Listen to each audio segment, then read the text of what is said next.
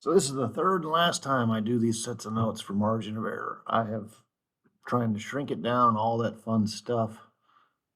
And this is whether it's right or not, this is the last one I'm doing it. All right, so this is 11.5, which is about margin of error.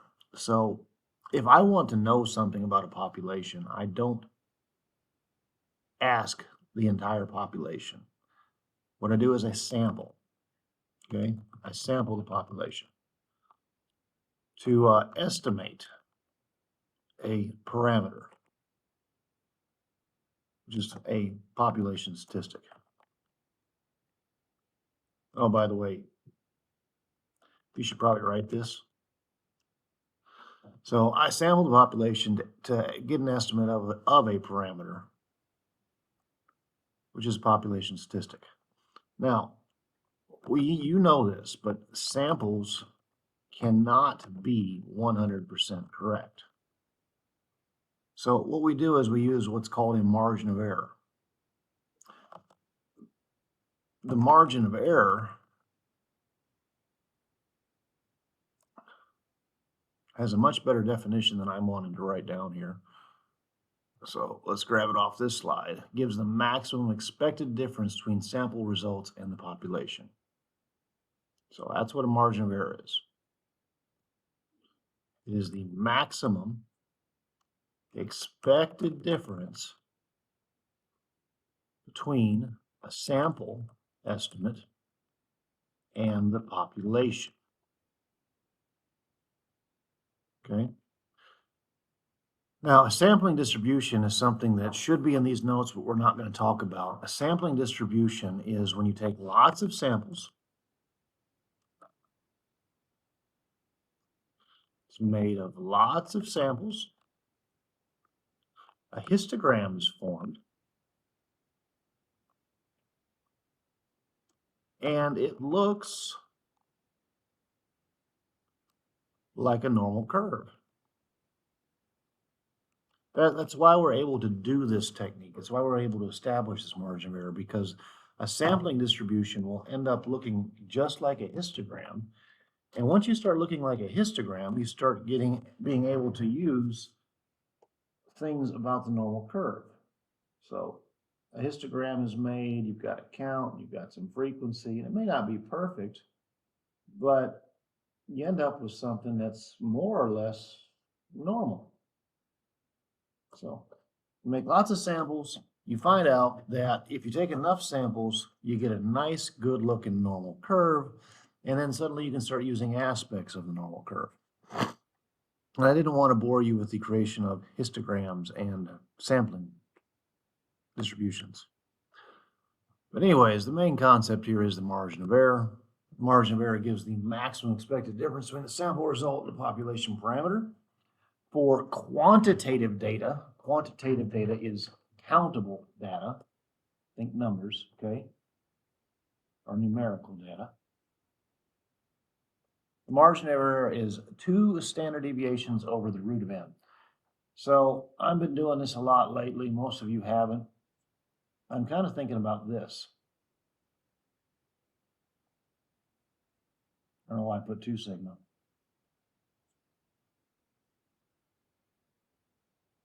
Still did it again.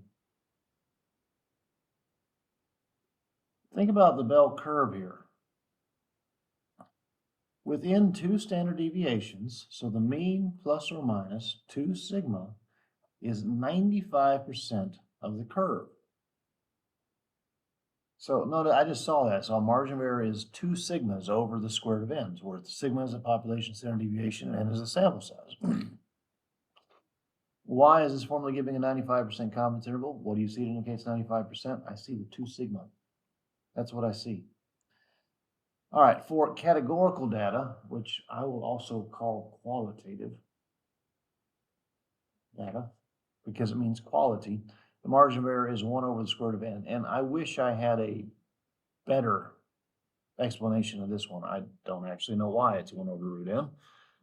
Never bothered to look into it. It's probably because there's no mean. There's no numerical mean on this. You either are or you aren't. That kind of makes some sense in my head. But anyway, somebody can look that up. I don't feel like looking it up.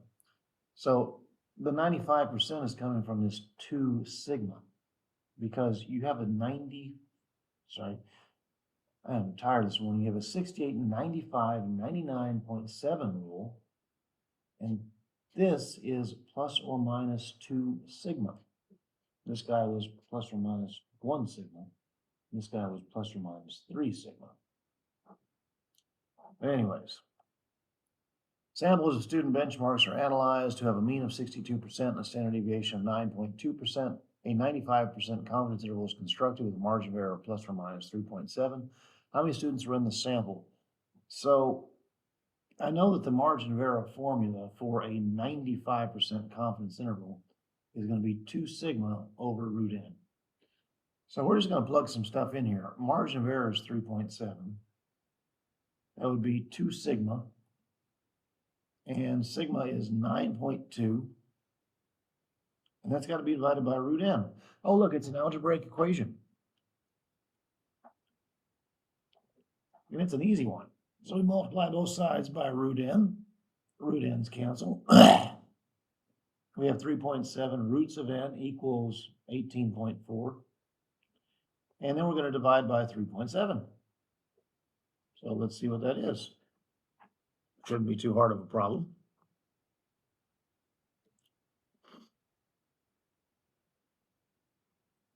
So what do I have? I have 18.4 sitting pretty over 3.7. It's about 4.97. And I'm going to write about, because I'm going to use that exact number in the calculator when I do things. The root of n is about, I then forgot what I said it was, 4.97. And you guys know as well as I do that the opposite of square rooting is squaring. And again, we're going to use all of the decimal, not just part of the decimal. And I get around 24.73. Now, this margin of error would have been rounded. I mean, that's a rounded number. So 24.7 is going to be 25 kids. Somebody has done some rounding somewhere, but it was a sample size of about 25 kids, which is not a bad sample size. All right, moving forward. College Board recently reported the mean score on the SAT mathematics exam is 508 with a standard deviation of 121. Washington High believes that its seniors score considerably higher than the national average, so the school randomly sampled scores from 200 seniors, finding a mean score of 550. Is Washington High correct in its belief? Yes, they are. The reason they're correct in their belief is because, well, for one, we could think about standard deviations and such, but that's kind of what confidence intervals do. A confidence interval creates a range of scores that would be within 2 standard deviations of the mean. At least a 95% confidence interval does. So we're going to construct and analyze 95% confidence interval.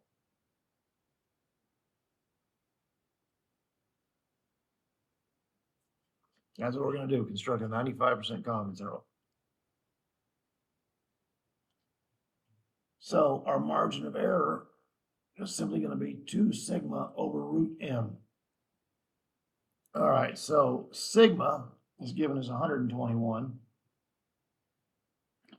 And the school sampled 200 seniors. You see that? All right, so let's see what that is. You know, twice 121 divided by a root of 200. It's about 17.11. Now, your margin of error, your confidence interval is going to be your sample mean, which is sometimes called this, S of x, plus or minus the margin of error. So we're going to do this like we've done in the past on a couple of things. We're going to write out a set of brackets. On one side of the bracket is going to be our 550 minus, and this is plus or minus, 550 minus 17.11. The other side is going to be 550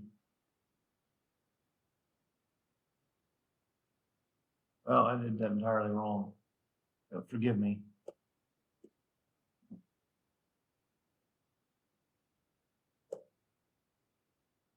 I need to be looking at that.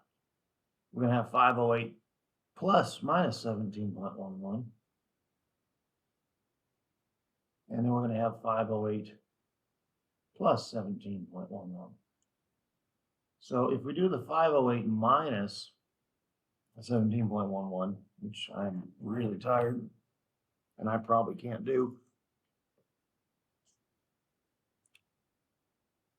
I feel like I should be able to. I don't even know why I'm pushing buttons in a calculator. It's going to be 490.89.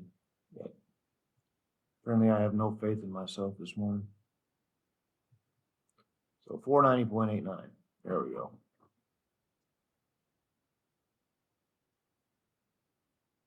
On one side, on the other side, we're going to add that 17. So 525.11. Now, what is this? Because you need to understand what this is. This interval contains 95% of all, and I mean that, of all SAT math scores. Okay?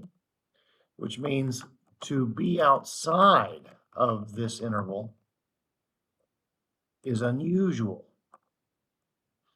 There's a couple of definitions of an unusual event. A usual event is something within 2 standard deviations of the mean. Okay? So this interval contains 95%, which happens to be 2 standard deviations. So to be outside of this interval is unusual, and they are outside of this interval. So because they are outside of this unusual, and more importantly, if you think about it, they're over here on the right of it. They're at 550. And I should say it contains mean SAT math scores. They are justified. So yes, they are very justified. And let's write that out as it should be written out.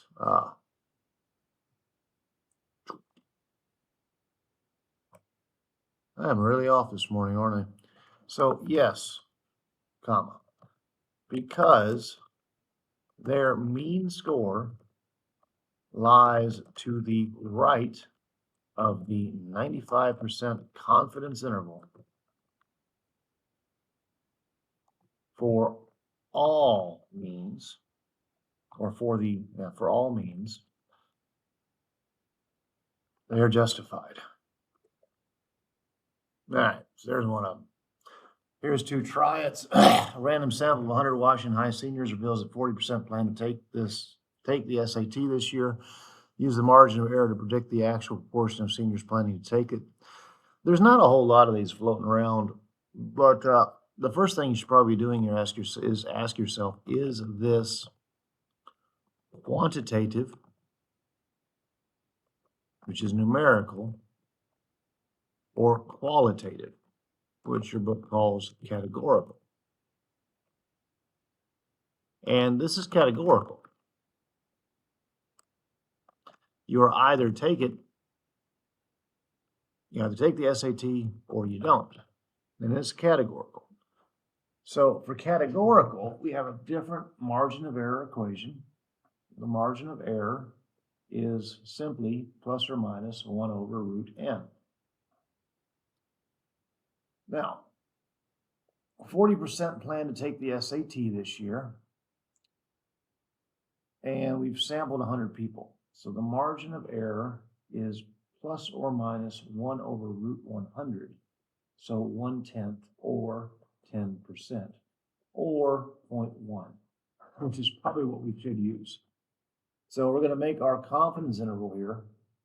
We're going to do 0.4 minus 0.1, followed by 0.4 plus 0.1.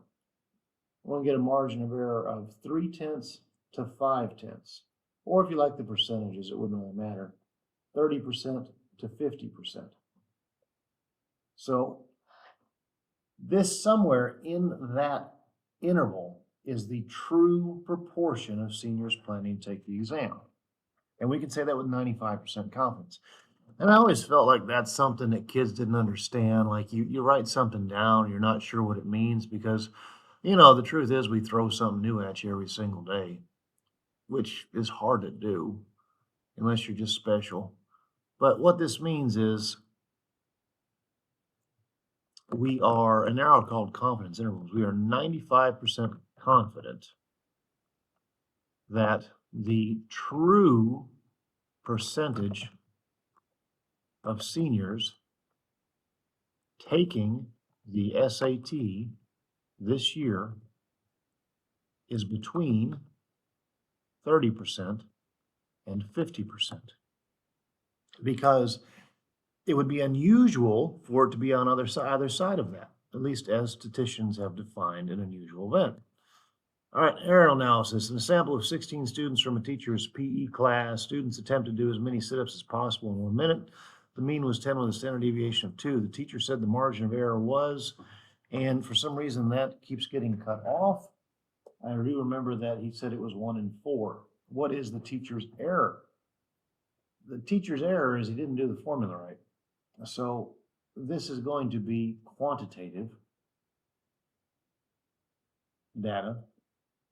He probably used numerical, or he probably used categorical. I believe he used categorical. So categorical would be you did sit-ups or you didn't do sit-ups. You did sit-ups or didn't do sit-ups.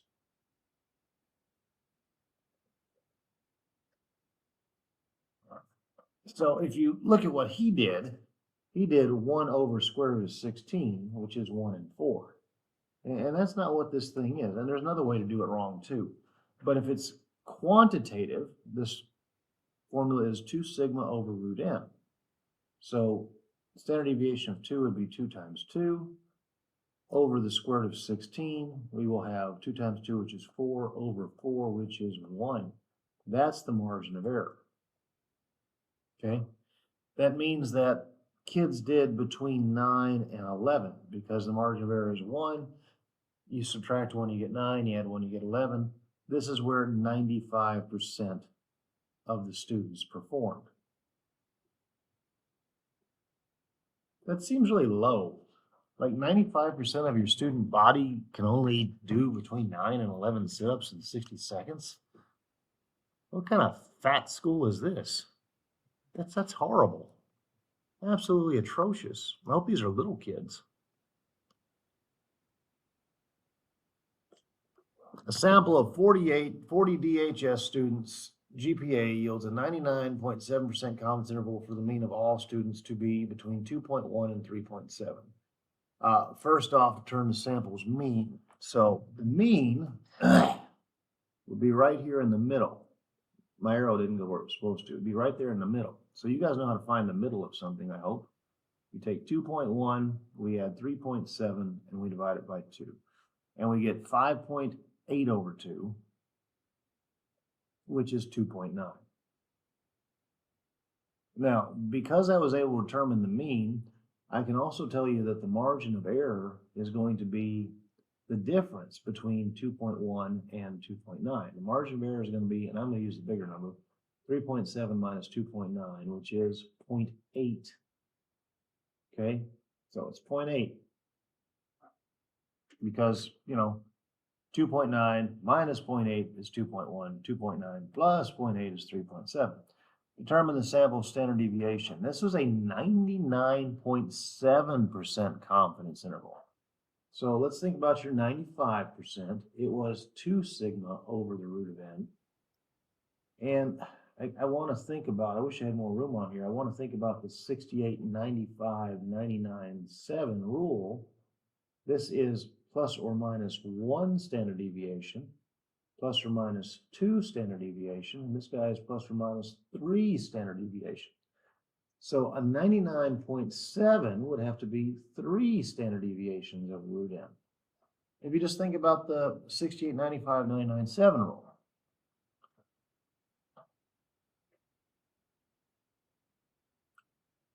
So I had to use a slightly different formula. Okay, so here the margin of error would be equal to 3 sigma over root n.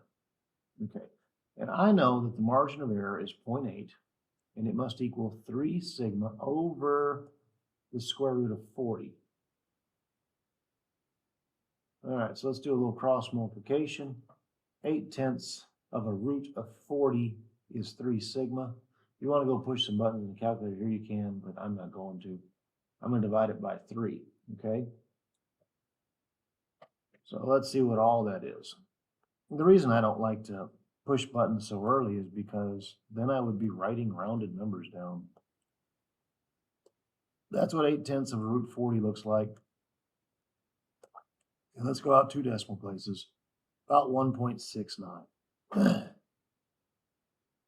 There's your standard deviation, 1.69.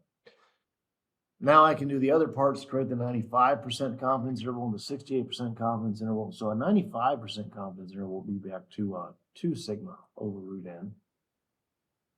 So we need our margin of error here.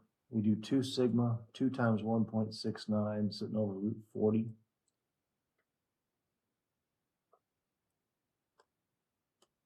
I know you guys are about done listening to me talk. Believe me, I wish I was done too. I still got a whole bunch of papers I need to grade this morning. And it's about 0.53. Okay, so the 95% confidence interval, we go to our original mean of 2.9. 2.9 plus 0.53 is 3.43.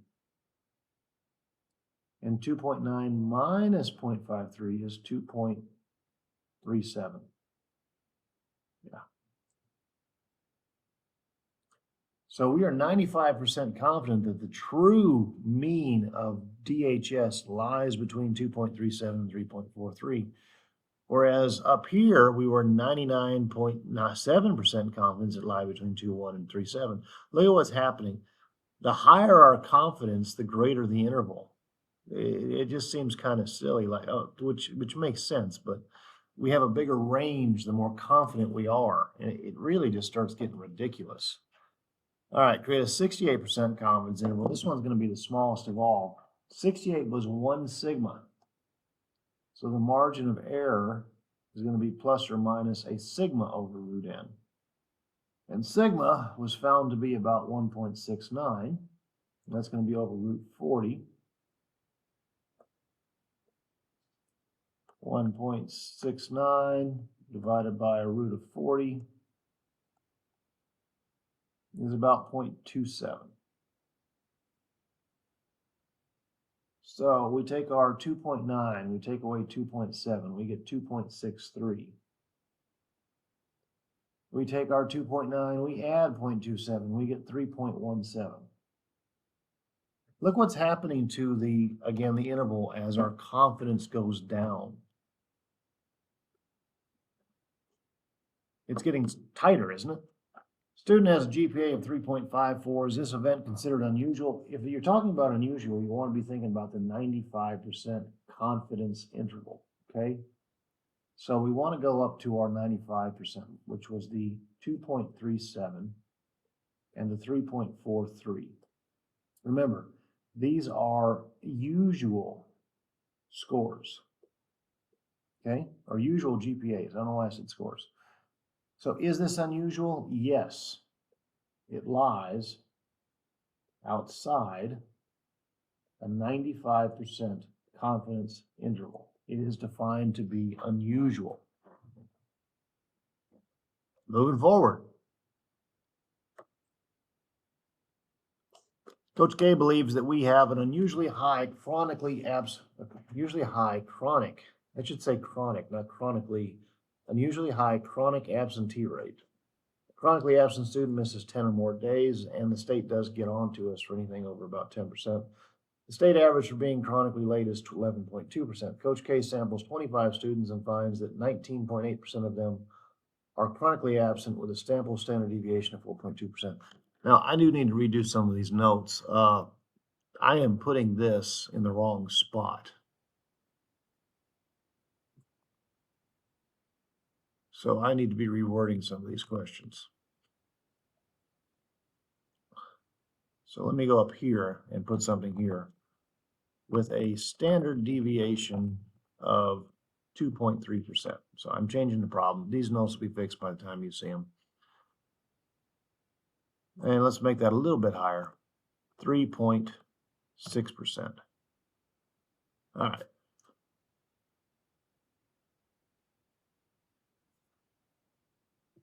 So Coach K samples 25 students and finds that 19.8% of them are chronically absent. And we're just going to blend that text up here. All right, so first part, create a 95% confidence interval for the state means, okay, for the state averages. All right, so our margin of error is the first thing we find. It's 95% confidence. It's going to be 2 sigma over root n. So 2 sigma is going to be, and boy, I'm wiped out. 2 sigma is 3.6, so 2 times 3.6 over the square root of our sample size, that's what n is, root 25. So 2 times 3.6 divided by a root of 5, which is, divided by root of 25, which is 5, is about 1.44. Now, we're going to make our confidence interval for the state.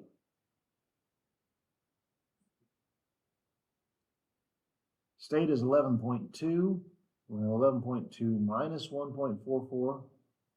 We're going to have 11.2 plus 1.44. So 11.2 minus 1.44 should be 9.86.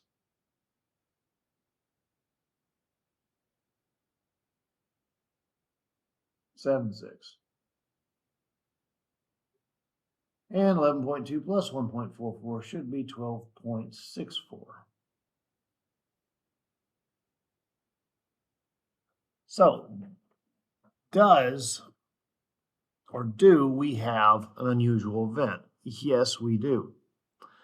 Our confidence interval said that samples of 25 students should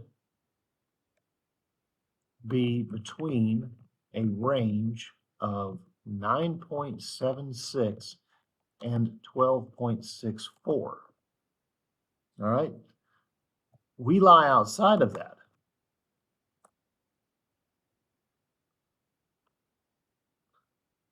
And that is unusual. So yes, DHS likely has a problem with attendance. Okay. There you go. Moving forward, last one. Student council wishes to estimate the mean height of DHS student. They take random samples during break, come up with the following frequency table. Now this is a sample, and we're going to kind of use it a little backwards. We're going to construct based off our sample. We're going to find something that contains the true mean of all DHS students. And we get to use a TI-84. So let's see what happens here. We're going to go to stat. We're going to go to calc. We're going to go to, we're going to go to stat. We're going to go to edit.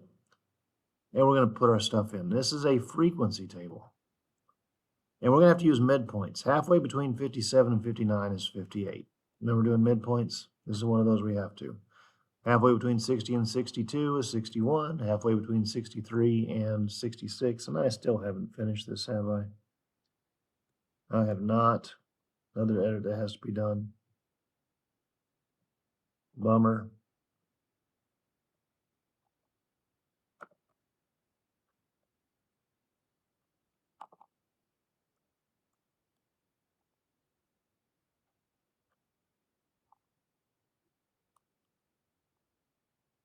There we go. That's what it needs to look like. I don't know why I keep forgetting to edit that thing out. Halfway between 63 and 65 is 64. And you'll notice the way this is set up, it's just adding 3.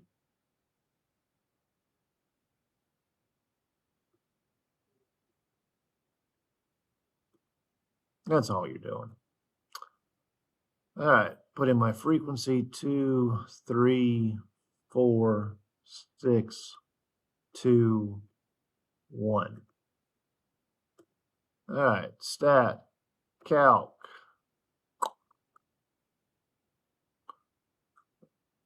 One var stats. I have a frequency list in L2. Calculate. All right, so here's what I've found. I've found X bar, and here's something that's a little bit different. I don't get to use sigma. Sigma is a population standard deviation. Sigma X is a population standard deviation. I need S of X. S of X literally stands for sample, okay? So the mean here is still going to be X bar, and it's 65. There's no difference between what a calculator does for a population and sample. But the sample standard deviation is what I'm after. I'm not after sigma. I'm after the S of X, 4.12. Now, this kind of is backwards from the way I've done some of it. We're going to take our little sample, and we're going to create a 95% confidence interval for the actual true mean. So our little sample on one side is going to be 65. Oh, and I still have to find the margin of error, forgive me. The margin of error for a 95% confidence interval is going to be 2 of those sigmas over the sample size, square root of the sample size. It's right there. It says n equals 18, or you can count. There's 18 of them. Over 18. And let's see what that is real quick.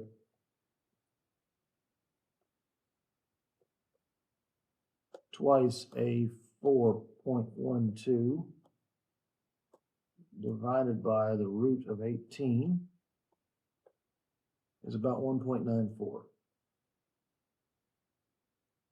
Now back to my 95% confidence interval, 65 minus 1.94 on one side and 65 plus 1.94 on the other side. It's going to be a pretty small interval here. Like, these are some short people. I think they don't think it's very accurate. Weird, huh?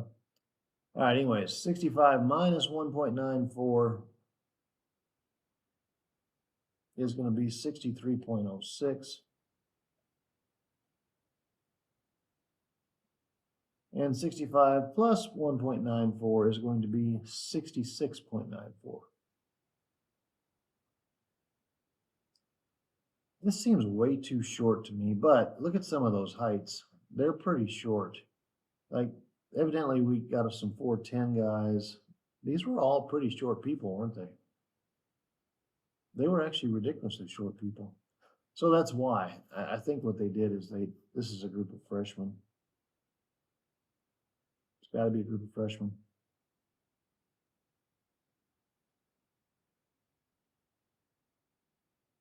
So somebody's sample is pretty bad.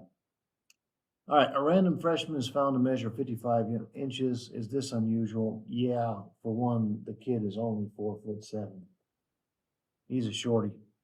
He's only 4'7". Is an unusual event? Yes. It lies outside of the 95% confidence interval.